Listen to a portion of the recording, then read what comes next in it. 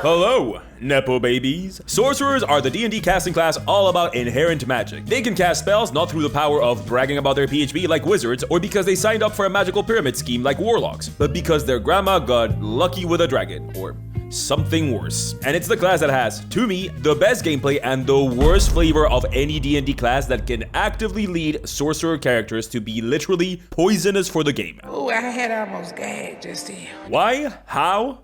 When? Well, I'm Antonio D'Amico, this is Pointy Hat, and we're gonna answer that, fix that, and give you a brand new free subclass to take home with you in today's episode of D&D with a Twist, Sorcerer Edition. So when I think of sorcerers, I think of... My father can afford the best. My father will hear about this.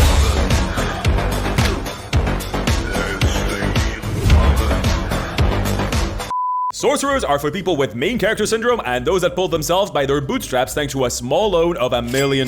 Sorcerers are the magical Nepo babies of D&D classes. D&D sorts their spellcasters through their sources of magic, how these people get their hocus pocus oogly boogly abilities. And sorcerers' magic is... sorceress because they are inherently magical, somehow. Most often, sorcerers are born with their magic. Their subclasses are called origins, after all, with them often being referred to with words like soul or literally bloodline, which, you know, are pretty inherent things in a person. But this is all lore stuff, and each D&D spellcaster is supposed to feel different to one another through the magic they cast in a way that is exclusive to them. You know, so they don't get jealous of one another or something. Warlocks prematurely blast all of their magic all over the place, but have the shortest refractory period out of all the classes. Clerics are built to basically always use their bonus action and action, so you can always damage and heal in one turn. Bards are allergic to damaging spells. Druids can cast magic while under the form of a naked mole rat, and wizards write magic down on their bullet journal. Sorcerer's magical niche is meta magic, which, no, it's surprisingly not the name of the latest Web3 scam that people with the ugliest profile picture you've ever laid eyes upon are trying to convince you is the next big thing, but rather a way to cast magic in a completely personalized way that no other caster has access to. How? Well, let's take a look at those abilities and find out. First up, at level 0, Cat Milk Carton. You channel the sorcerer's magic inherent in you to send you and your party through a portal to the Meadows demiplane, a town populated by cats. Cats themed around fruit and milk, and each with their own little fruits and little milk cartons that contain dice?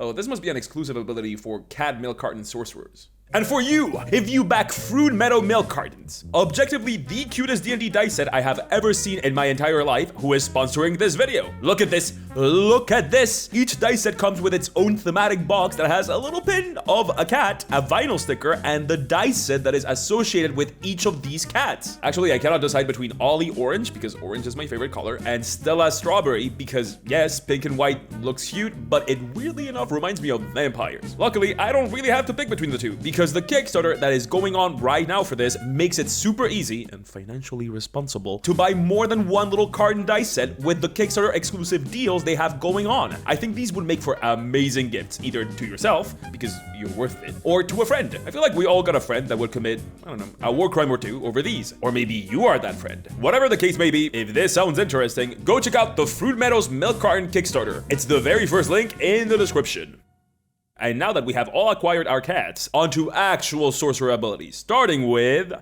Much like the wizard, all of the sorcerer's abilities revolve around magic, and more specifically, that meta magic thing I keep vaguely gesturing at. So what is meta magic? Meta magic is the sorcerer's signature ability, like literally, they get this at level 2, to manipulate the way they cast spells. This is complicated to explain, so listen up. When other classes cast a spell, they cast it, and that's it. That's not the hard part to explain. Spells are pretty set in stone. They have specific characteristics like the components they take to cast, waving your hands around, speaking the magic words, or microtransactions for premium spells, otherwise known by people who are not fun as verbal, somatic, or material components. They have a specific range they can be cast at, they have a specific number of targets they can affect, they have a specific duration they last for and take to cast, a Pokemon type if they inflict any sort of damage, and all of these are set in stone by the spell itself. Meta magic allows you to take all of these set in stone rules of arcane practice that hold the complicated weave that holds the universe together as we know it as suggestions, helpful reminders of what you could do, or, you know, just completely ignore. By spending Sorcerer's points, Sorcerers can use meta magic to bend what spells can or won't do and get them to do some insane things, like just naming a few here: cast Atomic Bomb in a 5x5 room and not kill your friends in the process, 360 no-scope enemies while shooting from last session, get a do-over on murder to murder ×2, ensure that someone has a no good, very bad time, change the Pokemon type of any spell, and many, many more. Real talk here, this one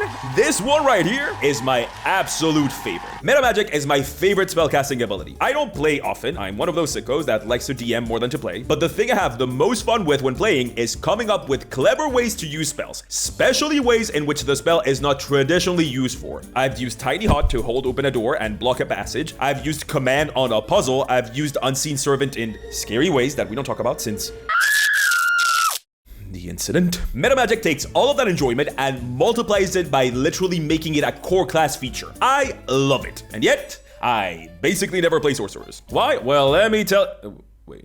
This is literally the first Sorcerer ability. And there are changes between 2024 and 2014 PHP. Okay, let's get this over with quickly and get to the good part. Lightning round. Lightning round. Weapon proficiency. In the 2014 PHP, you got proficiencies on like a stick and a butter knife, and in the new 2014 PHP, you get proficiencies on all simple weapons. I guess someone out there is building a melee sorcerer. Go nuts. Innate sorcery, a 2024 exclusive. Since in 2024 you go through magical puberty and get your subclass at level 3 instead of level 1, you get this instead. This is basically a super powered form that you can go into for 1 minute. I personally choose to imagine this as a magical girl transformation sequence. After this transformation, you become just a beast at spellcasting. Your spell DC goes up by 1 and you have advantage on spell attacks. This is wild. Font of Magic, sister ability to Meta Magic. This is the thing that gives you sorcery points so you can actually use Meta Magic. But it also allows you to convert spell slots into sorcery points and vice versa, so you can keep rewriting the PHP as much as you want. In the 2014 PHP, this takes a bonus action, whereas in 2024, you just do this for free. Score. Meta Magic gets a massive update in 2024, getting 2 extra Meta Magic options at level 10 and 2 more at level 17. In 2014, you only get 1 at those levels. So the Sorcerer is way more customizable now. Sorcerer's Versatility, an optional ability in 2014 and a core one in 2024. You don't get all options of Meta Magic at once, and I actually think you get too few of them in 2014. Although the 2024 one only adds extra ones after level 10, D&D assumes that way too many people play past level 10, when 90% of their own adventures never go too far past it. No clue why. Sorcerer's Versatility allows you to switch your Meta Magic options up when you get an ability score in 2014, but in 2024, you can switch them out every level. I like that better. Magical Guidance, another optional ability that does not make an appearance in 2024. This is a 2014 exclusive. Whenever you make an ass of yourself and fail an ability check, you can invoke your mommy's boy superpowers and spend some sorcery points to re-roll that d20. And the last 3 abilities are all new additions for the 2024 handbook, helping a ton with sorcerers feeling like they get no abilities at all, ever, which was a common complaint. Sorcerer's Restoration at level 5 is Arcane Recovery for sorcerers. You get some extra sorcery points. Neat. Sorcery Incarnate at level 7. Did you blow all your "my father will hear about this" magic points and showed up to work without any left? Not anymore. It's not a problem anymore. It's not a problem anymore. You can just materialize 2 extra sorcery points if you're at 0 with a bonus action. And you can use 2 meta magic options while in the super powered form I talked about. Neat ×2. And finally, Arcane Apotheosis. Give sorcerers an actual capstone ability instead of the poor excuse they had in 2014. When you transform into your super powered magical girl form, we've talked about this, you can use 1 meta magic option for free. Insane, amazing, I love it, neat ×3. That's it. As I said, sorcerers were kind of famous for getting nothing other than meta magic in 2014, and 2024 pretty thoroughly fixed that. Neat ×100. And those are all the sorcerer abilities, because sorcerers get a lose button, a ball of lint, and a penny for their main class abilities, other than the god tier meta magic. Sorcerers get most of their abilities from their subclass, and not just their abilities, but their flavor. The subclass explains what the actual source of their magic is. They categorize your specific brand of Nepo baby, what makes you so unique and special and not like other girls. So what's it offer in terms of grandma backstory here? Well, we gotta talk about the OG first, the Draconic Bloodline. Draconic Bloodline sorcerers are the punchline of all of those very funny jokes that the D&D community will never get tired of about the bard rolling persuasion checks to seduce anything, including dragons. Insert laugh track here. A draconic sorcerer is someone that has dragon in their blood. I'll let you guess how. The draconic bloodline is customizable, kinda. Okay, so the 2014 book basically rewrote this entire subclass, and I kinda like it better in 2024 than in 14. But I'm just gonna talk about the 2014 one because that's the one people are used to. I'll revisit the new one some other time. Anyway, 2014 is indeed customizable. You choose the specific Pokemon type of your dragon of choice, and depending on the Crayola color that your bard grandma found the sexiest, you gain one feature associated with that dragon. Whenever you cast a spell that deals the same damage, you add your charisma mod to the damage, and you can also use one sorcery point to gain resistance to that damage for 1 hour. And this is unfortunately kind of where the customizability ends, but there's plenty of other features. Draconic Resilience gives you a +1 to HP every time you level up, and also gives you the untold powers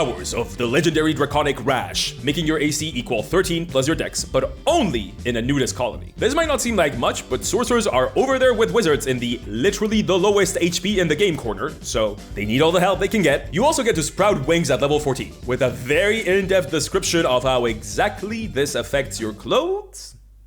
Realism or the designer's barely disguised fetish? We will never know. Anyway, your subclass capstone is Draconic Presence, which at the cost of 5 whole sorcery points makes each creature that is bullying you to make wisdom saves or be frightened or awestruck of you, which might be what happened to your grandma and led you to being the way that you are. Anyway, this is trash. It comes in way too late, and all good monsters have high wisdom saves, so this is only good for crowd control against minions. Kinda meh as a capstone. But what if you're a dragon hater or a dragon not enjoyer, but you still want that iconic sorcerer vibe? Well, how about Wild Magic? Yes, it's this one. Listen, I know people love this one, and I'm sorry, I'm a control freak, a clinical anxiety disorder haver, type A to hell and back, and a Virgo. This subclass is my hell. But it might be exactly what you want out of D&D. Just not near me, please. You'll get the carpet dirty. Also, I'm covering the 2014 one for this one too, for the same reasons as stated above. I'll get to the new ones some other time. Wild Magic is the she's so crazy I love her of subclasses. It's the LOL so random of D&D. It's the llama, spork, rar means I love you, and dinosaur option. And plenty of people absolutely love it. This one is less about being a nepo baby and more about the magical, mystical equivalent of radiation poisoning. You have somehow come in contact with a source of raw magic, and now you're like that. This whole subclass is about relinquishing control, which sounds kinky, but it isn't. Oh. Wait, is it? Is this why you guys like it? Anyway, it all revolves around the Wild Magic search table. Whenever you cast a spell, you roll a d20, and if you roll a 1, it's time for you to roll on the Wild Magic search table. This D100 table has 50 possible results, including becoming bald, shouting everything you say for a minute straight. It hurts itself in its confusion. You grow a long beard made of feathers that remains until you sneeze, at which point the feathers explode out from your face. Is this a fetish thing again? You become part of the Blue Man Group, permanently, forever, turning into a sheep, literally being yeeted into the ghost dimension, summoning the D&D equivalent of a minion. Turn into a potted plant, which is not at number 42 in the 2024 PHB. Wizards, fix it, fix it right now, fix it. Become a Bluetooth speaker. The Bluetooth device is ready to pair. And you turn giant. Okay, I know for a fact that this one is a fetish. There's plenty of good ones, like regaining all your sorcery points or regaining spell slots, but there's also plenty of really bad ones. Like, I don't know, casting Fireball centered on yourself. The whole relinquish control, Anastasia thing doesn't end here. Tide of Chaos allows you to give advantage to yourself, but the DM can make you roll on the Wild Magic table immediately after you cast a spell. The subclass makes this less painful as it goes on, giving you the ability to roll twice and pick the result at 14th level, and some neat abilities like Spell Bombardment that allows you to roll an additional damage die of a spell if you roll the highest number on it. Real talk here, this is 100% not for me at all. I'm not a jokey D&D kind of person, don't get me wrong. My table is full of people that love to make jokes and have lighthearted moments, and we allow that, of course, but the worst possible D&D experience for me is sitting around making fart jokes at each other for 4 hours with no plot happening. Jokes are fun, but I like them as chasers for scary, emotional, tense moments. But, big but, bubble but, this is 100% a personal thing, and plenty of people love this, and they are 100% allowed to love it. But what if you're a control freak monster from hell like me? Well, do I have the subclass for you? What you gotta understand about me is that I am a being of aesthetic. I care a whole lot about how things look. Maybe it's the whole being an artist thing, who knows? Anyway, my favorite thing to look at are stars and astral maps and all that gold against blue stuff. But I'm also big on pirate stuff, cowboy stuff, trains, and machinery. Listen to me. Something looks like a clock, something looks like a ton of tiny cogs going tick tick tick. The face of a watch, I'm there. I like it. I'm sat. Give it to me. Dámelo. Dámelo. This, coupled with the no randomness ever disposition, makes Arcane Soul my favorite sorcerer subclass. It literally asks you to choose an aesthetic, giving you options for how your magic manifests itself. You get stuff like ethereal cogs clicking around you, hands of clocks spinning in your eyes, which honestly, if I was writing this, I would make it so they replace magic circles. How sick is that? Or mathematical formulas floating around you. Okay, maybe not that one. Let's workshop that one. Arcane Soul is the literal opposite of wild magic, where wild magic is all about chaos. Arcane Soul is all about order. Admittedly, the worst part of Arcane Soul is to me its lore, since it's connected to Mechanus, and Mr. Dungeons and Mr. Dragons must hate me specifically because they made the clockwork plane populated by the aforementioned D&D equivalent of minions. Why do you look like that? It looks like it hurts to be you. Stop it! Anyway, if you're not down with the minion vibe, can't imagine why, you can come up with whatever other reason of why you have clockwork powers. All the clockwork soul abilities are connected with controlling chaos, so maybe, I don't know, you're a time traveler? It makes sense for the clockwork part at least, but how do you do a subclass about controlling chaos? Well, you get stuff like Restore Balance, that allows you to stop any roll with advantage or disadvantage and turn it into a straight roll, which is such a good way to carry a theme into subclass mechanics. I love this subclass. You also get stuff like Bastion of Law, which basically surrounds you or someone you want to protect in a protective layer. Whenever you do so, you choose how many sorcery points you want to spend, and that is the amount of d8s they can reduce any damage coming their way. Fantastic to help your frail sorcerer ass survive with your tiny HP pool. Trance of Order allows you to wrinkle your brain to impossible levels, increasing your IQ past the Rick and Morty threshold, making it so that no attack against you can have advantage, and any d20 rolls you roll cannot be lower than a 9. It's sick. And then its capstone ability, yes, that wasn't the capstone, is Clockwork Cavalcade at level 18, which makes you summon spirits of order that can look like whatever, so you can make them look like the D&D minions or literally anything else, please God. When you activate this, you heal 100 hit points. 100 hit points instantly! It's insane. And you can divide this however you want. Not only that, but you repair anything damaged inside the aura of spirits, and you end any 6th level spell or lower on any creature inside that aura. Tell me this doesn't work for a time-themed character. It's so sick. But of course there are many others. The Divine Soul, Storm Sorcery, and the weird one. The inner machinations of my mind are an enigma. So we've looked at sorcerer abilities, we've looked at their subclasses, and that's all well and good, but what if we gave sorcerers a new twist?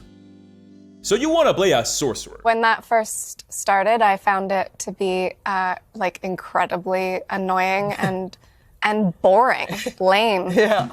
Sorcerers are the most special out of all the special boys. The specialist boys. They are so special that they are literally magical. They are magical because they are special. And I think that this can lead to, paradoxically, really boring characters. And, less commonly but more dramatically, actually bad situations at the table. To understand my issue here, we need to talk about Chosen One narratives. A Chosen One narrative is a story where the metatextual, get it, metatextual, metamagic, melds with the fiction of the story, in that the protagonist, a role that does not exist in the fiction itself, is forced to become part of the fiction. This sounds obscure and video essay-y, but it isn't. A Chosen One narrative makes it so a character is literally the protagonist, as in the actual text, they are the protagonist of the story, the most important person in the story that needs to resolve whatever conflict the story is about because they are the only person that can. Someone is special for whatever reason, and that's what makes them the protagonist of the story. They are chosen to be the protagonist. You are the special. The reason for them being the protagonist is not their own actions or motivations, but rather that there's some intrinsic quality over which they have little to no control over that makes them the protagonist. Some well-known examples of this type of narrative are, you've seen these before, Buffy the Vampire Slayer, Harry Potter, the entirety of the Fire Emblem franchise, and oh god do I wish they stopped with this, and the Star Wars prequels. Like, aggressively so, in a sort of played straight, I need a midichlorian count, and deconstructed at the end with, you know, the meme. You were the chosen one! For contrast, some definitely not chosen one narratives are Mulan, where Mulan was never meant to fight in a war because of societal expectations, but she decides to do so and save China. Alien has Ripley, who is literally just a space trucker that somehow defeats the perfect killing machine through her trademark move of opening airlocks. And Katniss in The Hunger Games, who wasn't even chosen to participate in the government-sanctioned Bloodsport reality TV show her story is even about. So, you've picked up on the tone I'm putting down. Are chosen one narratives bad? Yes. Just kidding.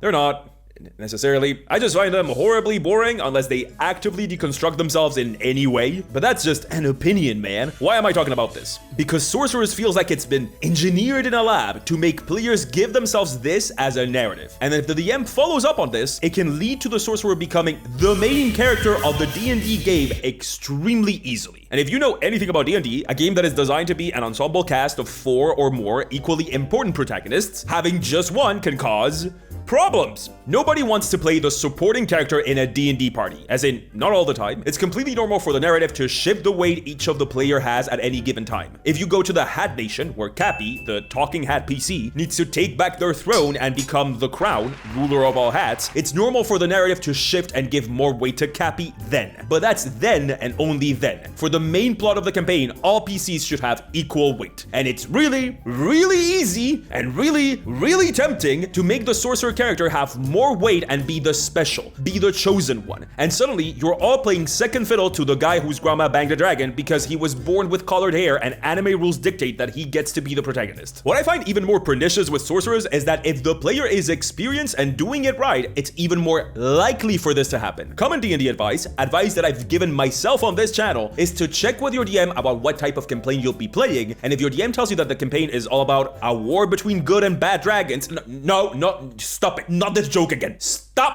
It's a frankly really good instinct as a player to be like, oh, let me play a draconic bloodline sorcerer then. At which point, it's extremely easy for your DM, not even trying to do this, to slot you in as protagonist of the story and make it so you are the long-lost love child of the good dragon and the bad dragon, and you are the key to reunite dragonkind once and for all, or whatever. The DM doesn't even have to try to do this consciously, because, paraphrasing Lindsay Ellis for the second time on this D&D channel for some reason, chosen one narratives are really easy to write because you don't need a strong or compelling reason for your protagonist to be a protagonist. And that's why many of them end up being boring unless they do something with it. But also, don't try to do this in D&D. Don't try to make it good. Don't try to make it different. Don't use chosen one narratives in D&D. Don't make one of the 4 players the protagonist, or so help me God, don't do this. But what if you don't do this? What if you don't do the whole protagonisty thing? Well, I still find the flavor of Sorcerer uninspiring because it pushes you so heavily to make characters that are interesting because of things completely outside of their control. The rogue might be interesting because they lived in squalor all their life and had to learn how to survive with nothing, and somehow got themselves to where they are today through their cunning and willingness to do anything to get what they want. What is it that they want? Intriguing. The wizard is interesting because they underwent years and years of hard study in search for the arcane answers to a fundamental question. And they're trying with all their might and incredible intellect to answer that question. To do what? Exciting! The warlock was so desperate that they made a deal with an incredibly powerful being, putting their soul as a bargaining chip for it. What does the patron want in return? What does the warlock plan to do to not lose their soul? What made them desperate enough in the first place to take this deal? Compelling! The Sorcerer? The Sorcerer comes from a long line of sorcerers, and these ancestors must have done something incredible to obtain these powers, and now the Sorcerer gets to use them. Do you notice something there? The Sorcerer did nothing for their powers. The interesting thing about them happened in the past. Other characters did interesting things for the Sorcerer to happen. If it isn't this, if it isn't a bloodline thing, it's happenstance. The Sorcerer was next to the magical nuclear plant, and now they are magic through magical radiation, and that's it. It was a twist of fate, and they are magical now because of fate or coincidence, and that's it. Now, let's make this clear. Can you make a Sorcerer that isn't this, a Sorcerer that is interesting? Yes. Yes, absolutely. I'm not saying that. What I'm saying is, does this class push you to do this? Yes, absolutely. So that's my problems with Sorcerer. They have an amazing signature ability that makes them incredibly fun to play, especially now in 2024 when they get more Sorcerer's points. But they're uniquely predisposed to be cast as a protagonist in a game where there should be 4 of them, not 1. And even when they're not that, what makes them special is what other characters in their past did, not what the Sorcerer did themselves. So if we want to fix this, what do we do? Well, I can't make you, or your DM, not make the sorcerer the protagonist, as much as I can try, other than screaming at you not to do it in this video, but I can definitely tackle that second one. Since this is a flavor problem, we need a flavor solution. We need a subclass that pushes the player to not make their family's backstory the most interesting thing about their character, and doesn't give them a chance to do the whole "I was next to a magical" thing as the alternate option for this. Since the chosen one is a trope, what if we took a different trope as an inspiration for this? What if we tried to grab some of that warlock flavor for the sorcerer, except instead of a patron, we gave them an enemy, a villain to defeat? Hear me out. What if we swap the chosen one by the cursed one? Okay, I think we have enough. Human familiar, get us started with abilities. Human familiar. I wish I was an Epo baby. Okay, so we're going for a curse theme, and we want to make it feel like a curse. So what if we take a page out of classes and other RPGs that are all about giving yourself malices to do some wild stuff at the table? We could take a page out of the Black Knight in Final Fantasy and have the cursed sorcerer sacrifice some of their own HP to unleash the true power of their curse. Then, as the subclass grows in levels, we could have them use the damage that they dealt to enemies instead of their own HP for more sustainability. It's a gamble of a subclass because you have to put yourself on the line to truly do everything you can do, but it should be big enough so that it's worth it. It's way more of a gamble knowing that sorcerers have such low HP. We could even use the 2024 superpowered form of the sorcerer to have it so that when they are in that form, they don't have to sacrifice any HP to truly unleash the power of the curse, or whatever. You get it. And what about passing the curse on to others, even momentarily? You could pass it on to enemies, or you could pass it on to friends that have bigger HP pools than you. That both allows some really, really cool moments of synergy at the table, gameplay-wise, because yes, the barbarian is a really good source of HP for that, and really cool roleplay moments as you share bonds that are strong enough so that they are willing to take on the curse for you, even for just a little. Like, that's a really cool roleplay prompt, and a really cool way of building a party dynamic. Like, sure, it's easy to hand someone else as your healing potion, but is it as easy as letting them curse you even for like 5 minutes? That's crazy. Okay, we definitely have enough now, but if this is a flavor problem, we gotta see how this actually fixes it. If it fixes it, how do we make a sorcerer character that doesn't fall into the trap of making everything interesting about them something that happened to their family and not themselves? Let's make a cursed one sorcerer. His most magnanimous and exalted highness Edrendil is one of the many princes vying for the Sunlit Empire, a nation of high elves whose territory expands through several continents, a land upon which the sun never sets. Elven politics are always complicated, as their plans and schemes can span centuries, and high elven politics are the worst among them. Every member of the court, including Edrendil himself, is looking to climb higher, closer to the Sunlit Throne and the royal family that rules over the Empire. And it's during one of these schemes that Edrendil sees his carefully laid out plans fall to ruin. It was on a small island nation that he so gracefully had decided to bring into the fold of the Empire in order to fall into the royal family's good graces, where Edrendil would find his match. The High Elf had always been wary of his fellow courtiers, but he had never assumed that those that he believes High Elves should rule over could ever best him. He did not think that the native populations of the island could ever pose a threat, and he certainly did not anticipate that he would have no recourse against their magic. The islanders were ready for Edrendil, and feigned a warm welcome for the High Elf, only for their leader, an old human woman clearly at the end of her short and insignificant lifespan, to conjure something. A curse greater than any he had ever heard of, much less seen. Weaving a strange, extraplanar energy, the elderly woman twisted Edrendil's body and mind. When she was done, Edrendil the High Elf Prince was no more. A lowly human sat in his place, stripped of his land, his station, his titles, and, most importantly, his God-given right to rule as a High Elf. Edrendil is now just Ed, a human living under the rule of the Sunlit Empire. Death was never a concern for him before, but now his days are numbered, his lifespan cut in less than a third of what it once was. His perfect smooth skin is covered in coarse hair, and any physical exertion makes him develop these lumpy muscles he finds so unsightly. He has gotten just a small taste of how badly he is treated as a lowly human by the empire he once loved. But this is all just a big misunderstanding to the former elf. Ed is not Ed is Edrendil. He's a High Elf, destined to rule over all. He will find the woman that cursed him and make her break this awful curse, after which he will return to the court, gather an army, and lay siege to the island nation that did this to him. And he's found that he can use this very curse he's so intent on breaking as a powerful tool. Sacrificing some of his vitality, letting it run rampant through his body, he can wield the magic energy that keeps the curse alive within him as a weapon. He can curse others, draw on his blood to perform magic he has never been able to wield, and much, much more. But will Ed remain as steadfast as he currently is towards his goal? After he himself experienced the horrors of the empire he once admired and wanted so fervently to rule over, can he really ignore all that now that he knows what it's like? Will his allegiances change? And what of the curse? Can Ed ever gain enough control of the curse to use it to destroy the one that cast it on him? Will he even want to? Could the older woman be an ally to Ed if he does change? And what of his party? They're all people that have suffered under the Empire. What will they do when they find out that Ed used to belong to the Empire they so hate? He had never spent any time with non-elves before, much less non-high elves. But Ed has grown to like these people he's traveling with and admire them? How?